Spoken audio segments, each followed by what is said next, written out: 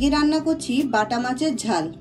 এখানে বাটা মাছটা আমি 6 পিস বাটা মাছ আছে ছোট ছোট সাইজের। আমি বাটা মাছের নুন আর হলুদ মাখিয়ে রেখে দিয়েছি 10 মিনিটের জন্য। এবার আমি এটা ভেজে নেব। কড়াইতে সরষের তেল গরম করতে দিয়ে দিচ্ছি। তেল গরম হয়ে গেছে, এবার আমি বাটা মাছগুলো ভেজে নেব।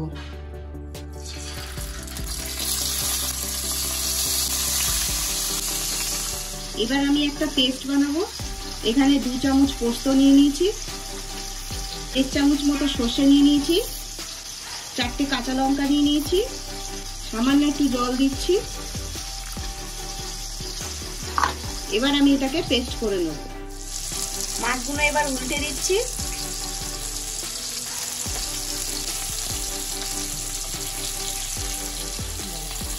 মাছগুলো ভাজা হয়ে গেছে, এবার আমি মাছগুলো তুলে নেব।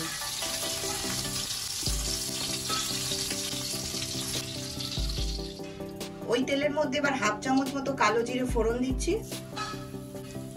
একটু নেড়ে নেব। যে পেস্টটা তৈরি করেছিলাম পোস্তর, ওইটা আমি এবার দিয়ে দিচ্ছি। এর মধ্যে মশলা ধোয়া জলটা আমি দিয়ে দিচ্ছি। দিচ্ছি 1/2 চামচ মতো হলুদ গুঁড়ো, আন্দাজ মতো নুন।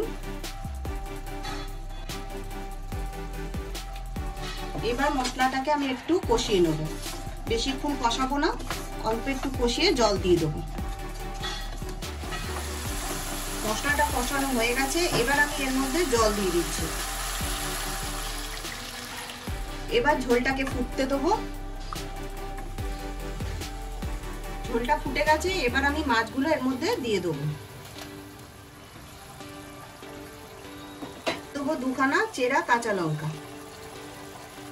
এবার মাছটা কিছুক্ষণ সিদ্ধ হবে। ঝোল পুরো শুকিয়ে গেছে, এবার আমি এর মধ্যে কাঁচা সরষের তেল দিয়ে দেবো।